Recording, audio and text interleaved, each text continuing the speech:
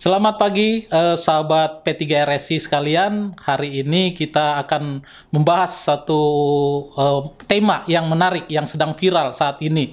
Nah, kita ketahui bahwa terjadi kasus mutilasi di Kalibata City. Nah, ini sempat viral baik di media mainstream maupun media sosial. Nah, hari ini kita interview secara khusus Bapak Ishak Lopung. Beliau adalah GM pengelola dari Kalibata City. Pak Ishak ini sekarang jadi selebriti ya, banyak dikejar-kejar oleh wartawan. Nah, kita merasa bersyukur ya, merasa berterima kasih punya kesempatan baik dapat mengundang beliau untuk dalam mungkin bisa mengklarifikasi apa yang pemberitaan yang ada. Karena pemberitaan yang beredar bahwa Kalibata City ini sebagai tempat pembunuhan dan mutilasi. Nah, ini pemberitaan ini. Pak Ishak, selamat pagi Pak. Gimana kabar? Pagi. Cukup stres Pak atau gimana? Kita nikmatin lah. Nikmatin apa ya? Oke Pak Ishak. Terus ini kita mau ketahui nih Pak. Ini bagaimana sih Pak duduk perkara kejadiannya sampai bisa terjadi kasus ini dari versi pengelola? Bagaimana Pak pada saat itu awalnya Pak?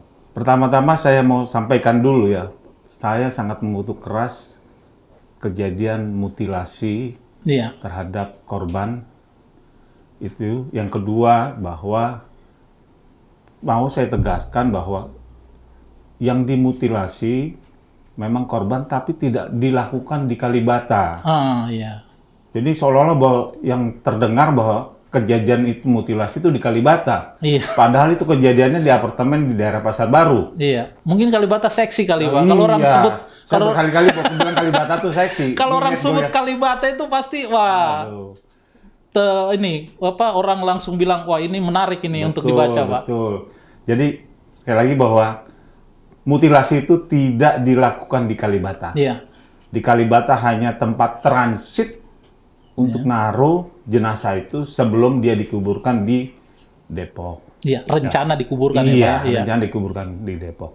Dan juga bahwa itu bukan penemuan sebenarnya, itu hasil dari pengembangan polisi. Didapat bahwa jenazah itu ada ditaruh di Kalibata. Pengembangan maksudnya ini gimana Pak? Jadi begini. Pada saat tanggal 16, dari Polda datang ke kami, berkoordinasi. Ini berkaitan dengan informasi ada orang yang hilang. Ada orang hilang? Ada orang hilang, dan diindikasikan ada pelaku ada di sekitar Kalibata. Iya. Dia ada kadang-kadang ambil barang di Tower Tulip, nanti ada pindah lagi di Tower Gaharu. Sorry Pak, ini pelaku atau korban? Pelaku. Ya? Oh ya. Pelaku. Oke. Tapi barang yang dipesan itu dari atas nama korban. Oh. Jadi atas nama korban barang itu dipesan. Jadi dia kadang-kadang tadi saya bilang ada Tulip, ada di Gaharu, ada di Ebony.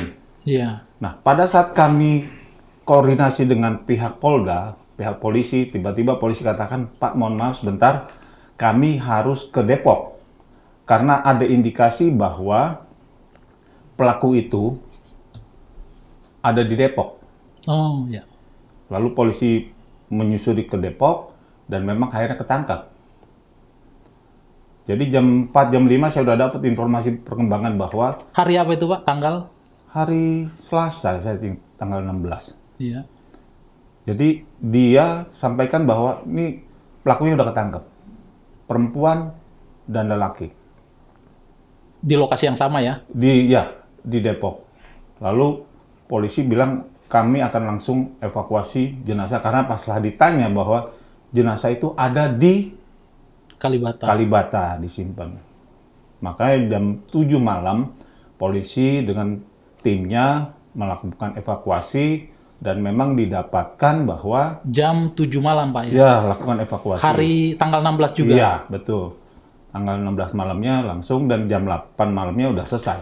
Semua itu. Jadi, sorry Pak, jadi ini pengembangan, ya tadi itu Pak ya, ditangkap di sono. Ya, pengembangan orang hilang, terus pelakunya didapatkan di Depok. Iya. Di Depok dia tunjuk mayatnya ada di Kalibata. Oke, terus gimana Pak?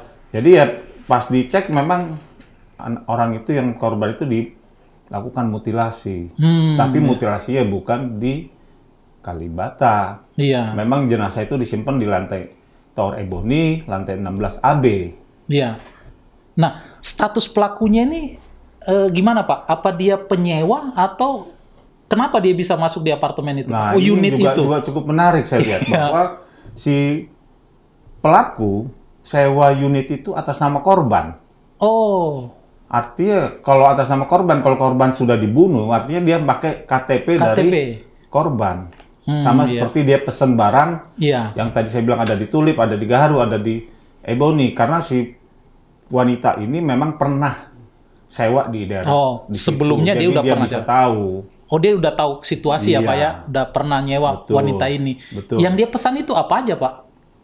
Saya kurang jelas untuk hal itu. Nah, barang-barangnya memang kalau dilihat dari CCTV sih ada. Oke. Jadi mereka menyewa. Menyewa ini dari mana? Dari broker atau dari pemilik atau gimana Pak?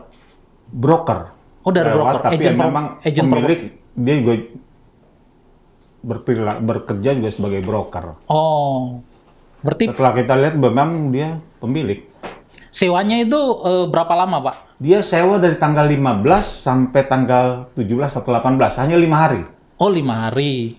Itu jadi dilapor setelah kejadian di tempat lain, dia sewa tanggal 13 dan sampai tanggal 18. Itu dilaporkan nggak Pak? Biasanya kan aturan harusnya sih aturan bahwa setiap broker ataupun pemilik yang unitnya disewakan, harusnya dia lapor kepada badan pengelola. Supaya apa? Jikalau terjadi apa-apa, seperti sekarang ini, ya seperti kayak kasus ini kan akhirnya kita cari, baru kita tahu dapat sih siapa yang punya dan siapa yang sewain. Seperti itu. Banyak nggak Pak kasus yang penyewa yang tidak melaporkan gitu Pak? Ada beberapa. Yang lakukan gitu. Kalau yang biasa yang melakukan adalah para broker-broker yang tidak terdaftar. Yang kadang-kadang mencari keuntungan sesaat. Iya. Kami di Kalibata ini juga ada broker yang terdaftar. Dan kita kerjasama dengan mereka cukup baik. Iya. Ya, ada beberapa yang tadi saya bilang yang nggak terdaftar yang memang melakukan hal itu. Iya. Terus apa tindakan Pak? Kalau biasanya kalau hal ini dilakukan itu tidak dilapor Pak. Apa tindakan? Awalnya kita pernah berkoordinasi dengan agen para broker bahwa ini loh ada tindakan jikalau didapat penghuni atau broker yang menyewakan harian. Biasa kita lakukan aksesnya ke unit kita matikan. Oh, unit. Ya jadi kan kalau ke unit itu kan harus pakai akses card. Oh iya, aksesnya. Baik ke lobby lift, baik lewat lift, itu aksesnya kita matikan. Aksesnya Pak ya. Lalu kalau kita dapatkan dia harian, maka orang yang sewa harian kita keluarkan dan kita matikan dan kita panggil brokernya atau panggil si pemiliknya. Kita akan sampaikan bahwa unit bapak atau unit ibu disewakan harian, oleh karena itu kami matikan. Oh, kalau didapati ya Pak ya, ternyata ada, itu langsung dilakukan tindakan. Emang ada mekanisme yang istilahnya mengontrol itu atau mungkin patroli atau apa untuk mengecek itu Pak? Kita ada. Malah kita punya namanya GTH, Gerakan Tertib Hunian, yang intinya bagaimana kita bisa mengetahui di setiap unit itu tinggal siapa. Iya. Jadi kita setiap hari itu lakukan sehari mungkin 2 tower, karena nggak mungkin akan bisa sampai 2 tower. Kita akan data unit ini, siapa namanya, siapa pemiliknya, yang dia sewa atau tidak. Dan juga kita data apakah orang ini sakit atau tidak. Supaya apa? Kalau ada apa-apa kita bisa langsung cepat tindakannya. Iya. Pak, ini kan selalu kejadian ini kan beberapa kali ya Pak ya. Dan sempat beberapa kali itu ini kejahatan-kejahatan yang selalu dihubungkan dengan Kalibata City. Dan sempat viral gitu Pak. Nah, sempat di stigma bahwa terjadi sarang kejahatan, Pak. Gimana sih pengelolaan di sana, sistem keamanan atau apa yang dilakukan oleh Kalibata City, Pak? Kalau keamanan kita akan terus jalankan, optimalkan. Security yang ada di lobi atau security yang muter ataupun ada security yang tidak pakai security, artinya security yang preman yang kita suka ngecek dan muter. kejadian-kejadian apa yang ada. Misalnya contoh yang tadi saya bilang, Iya. ada anak-anak tanggung, ada 5-4 orang, perempuan 3 atau laki 2, mereka gerombol sambil jalan, nah itu akan diikutin. Dia ke arah mana, ke unit berapa, lalu kita akan tanya, mana menyewanya. Kalau dia ternyata harian, hari itu juga kami turunkan langsung masuk ke posko security untuk diusir keluar, dan aksesnya kita matiin. Dan itu sering terjadi ya, Pak? Beberapa kali terjadi. Kalau kali sering mungkin enggak lah ya. Enggak ya. Enggak. Tapi dilakukan tindakan yang tegas untuk itu tindakan. Ya. Karena saya sampaikan bahwa Kalibata ini kan bukan tempat itu. Iya. Kalibata 18 tower, 3.580 unit. Iya. Dengan penghuni hampir kalau dikali 2 atau dikali 3 ada 30.000. Cukup banyak ya. Cukup banyak. Memang agak sulit. Itu adalah tempat hunian. Jadi kalau kejadian misalnya prostitusi ataupun itu hanya 1-2 unit gitu yang dipakai, tapi seolah-olah body stigma ini bahwa Kalibata ini menjadi tempat seperti itu gitu. Itu tadi Pak, nila setitik rusak susu sebelanga gitu. Kalau saya bilang Kalibata seksi. Seksi ya. Iya. Bom jatuh di apartemen lain, mungkin nggak kedengeran. Iya. Jarum jatuh di Kalibata, kedengeran gitu. Seantero Indonesia. Iya. Berarti harus bangga sebetulnya kita tinggal di Kalibata City. Gitu, Maksudnya ini seksi ya kata Bapak seksi. Ini sebetulnya. Terus gimana sih sebetulnya Pak kehidupan masyarakat, terutama penghuni yang sehari-hari di sana itu mungkin tidak seseram apa yang digambarkan media sosial dan media-media lain ya Pak ya? Iya. Kayak apa Pak? Iya, kehidupannya apa gitu? Kayak apartemen hunian atau kayak rumah biasa gitu atau gimana? Kalau di apartemen biasa mungkin dari jam 6 pagi sampai jam 9 atau dari jam 9 pagi sampai jam 9 malam agak rame ya. Iya. Malamnya sepi. Kalau Kalibata jam 6 pagi sampai jam 6 sore rame. Jam 6 sore sampai jam 6 pagi rame banget. Itu. Gitu. Jadi kalau mau lihat dari orang yang ada di situ, dari orang yang ngomong triliunan, pagi ngomong triliunan, siang akhirnya jutaan, sorenya minta dibayarin kopi, itu ada di situ. Ada di situ ya ini. Nah, meskipun ada seperti itu, kami Badan Pengelola kerjasama dengan warga Cinta Kalibata melakukan berbagai kegiatan aktivitas. Cinta Kalibata ini apa, Pak? Warga Cinta Kalibata adalah warga-warga yang memang sangat cinta Kalibata nih, supaya Kalibata menjadi tempat hunian yang aman dan nyaman. Komunitas ya? Iya, komunitas. Mereka bersama-sama kami lakukan misalnya buka puasa bersama. Buka puasa bersama dengan membagikan bingkisan buat 500 anak yatim. Lalu memberikan bingkisan juga kepada 1.200 karyawan yang in-house maupun outsource yang ada di Kalibata. Banyak. Kalau tahun ini, kita hanya memberikan bingkisan kepada warga, atau bukan warga, kepada para karyawan, itu tetap 1.200. Kita juga kepada anak yatim kita bagi 500 dalam kondisi pandemi kita ngasih gitu, dan juga kita ngasih hampir 200 bingkisan kepada warga Kalibata yang ada di sekitar, yang ada di luar komplek Kalibata. Dan itu kita bekerja sama dengan kelurahan, bersama-sama dengan kelurahan membagikan sembako.